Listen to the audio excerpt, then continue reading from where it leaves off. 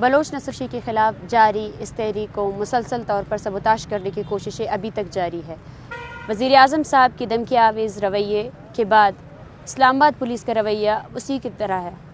وہ لوگ جو اس کیمپ کی امدادی مدد کر رہے ہیں، وہ لوگ جن کو یہ اندازہ ہے کہ یہاں پہ عورتیں اور بچے جو پورے بلوچستان سے آ رہے ہیں، جن کی تعداد دن بدن بڑھتی جا رہی ہے، ان کے لیے جگہ کم پڑ گئی ہے، ان کو ہراساں کیا جاتا ہے، ان کی پروفائلنگ کی جاتی ہے، چاروں طرف کیمرے لگانے کے باوجود ہمیں یہ کہا جاتا ہے کہ اسلام آباد آپ کا نہیں ہے۔ بار بار ہمیں یہی پیغام دیا جاتا ہے کہ ہمارے پرامن احتجاج سے ریاست کو سب سے بڑا خطرہ لاحق ہے۔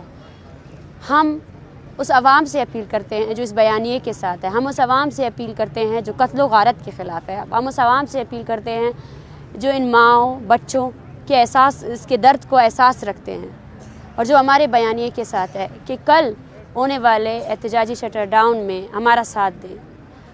اب وقت آ گیا ہے کہ عملی طور پر پوری عوام، یہ پاکستان کی عوام، اس ریاست کو یہ پیغام دے کہ اپنے آئین کو لاگو کرو، اپنے آئین کو عزت دو، اپنے آئین کی قدر کرو۔ آپ اس ملک کے اس اسٹیٹ کے وزیر اعظم ہو اور آپ نے جس آئین کا اوتھ لیا ہے، آپ اسی کو ہی لاگو کرو اور اس تحریک کا ساتھ دیں۔ اس تحریک سے جڑے ہوئے ہر فرد کو، آج یہ تحریک شاید اپنے 40ویں دن میں گزر چکی ہے اور آج ہمارے پاس تقریباً 100 سے زائد خاندان ہے جو اس تحریک کے ہمراہ ہیں، لیکن اس تحریک کو پورے پاکستان کی حمایت حاصل ہے۔ ہم آپ سب سے گزارش کرتے ہیں کہ ہماری تحریک کی مدد کریں، اور اسلام آباد انتظامیہ کو بھی ہم یہ بار بار کہنا چاہتے ہیں کہ کوآپریشن کے نام پر ہماری ہراسگی، ہماری پروفائلنگ بند کر دی جائے۔ ہمیں آپ سے کوئی کوآپریشن نہیں چاہیے۔ ہم بارہ کہہ چکے کہ ہماری اور آپ کی کوئی کنفرنٹیشن نہیں ہے۔